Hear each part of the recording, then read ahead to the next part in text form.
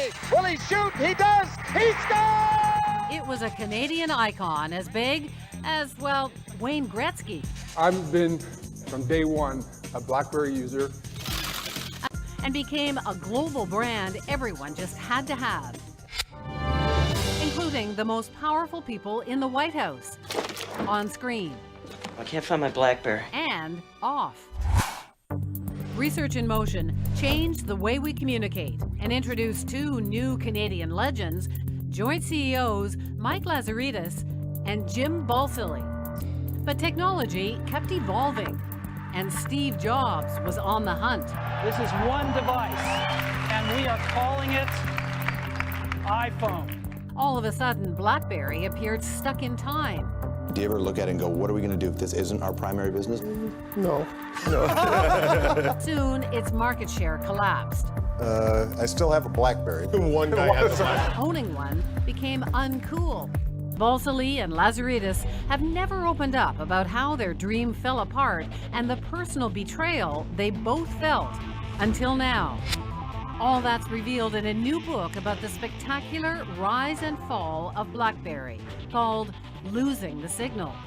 I sat down with its co-author, Jackie McNish, earlier this week in Toronto. Jackie, great book. Thank you so much, Wendy. Good to be here. So it's called Losing the Signal, the spectacular rise and fall of BlackBerry. They blew it? Yes, they blew it, but it's a much richer story than that. The incredible thing for me, and the thing that my colleague Sean Silkoff and I learned writing this book, was just the pace of the smartphone race. Don't forget, BlackBerry was introduced in 1999, and they brought us one bit of the internet, which is your email. And then along came the iPhone, which brought you a whole Mac inside a phone. And BlackBerry went from zero to $20 billion, back down to today, $3 billion in revenue in 10 years. There has never been such a fast technology race, not really since television was introduced in the 50s. So what happened? Can you boil it down? Is it, there was the two guys Well, and I there got was a the book for you. technology. Yes. What happened is, the classic innovator's dilemma. You invent a product that everyone loves. They owned more than 50% of the market. We were all addicted to our Blackberries. It changed our lives, how we worked, how we communicated, and they enjoyed being on top of the hill for a brief period of time. This little company in Waterloo that started above a bagel store, and then you get the big Silicon Valley predators, Apple and Google, and later Samsung, the Korean handset maker, turning their lenses on this very profitable company and going after the market.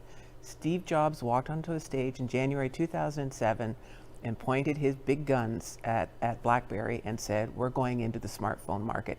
It's going to be bigger than computers. I mean, he was a visionary. He knew how big this market was going to be.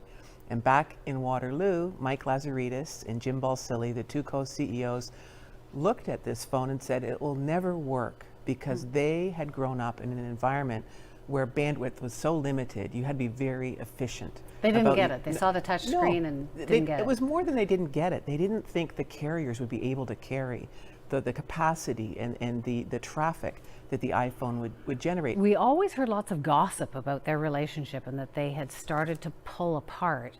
But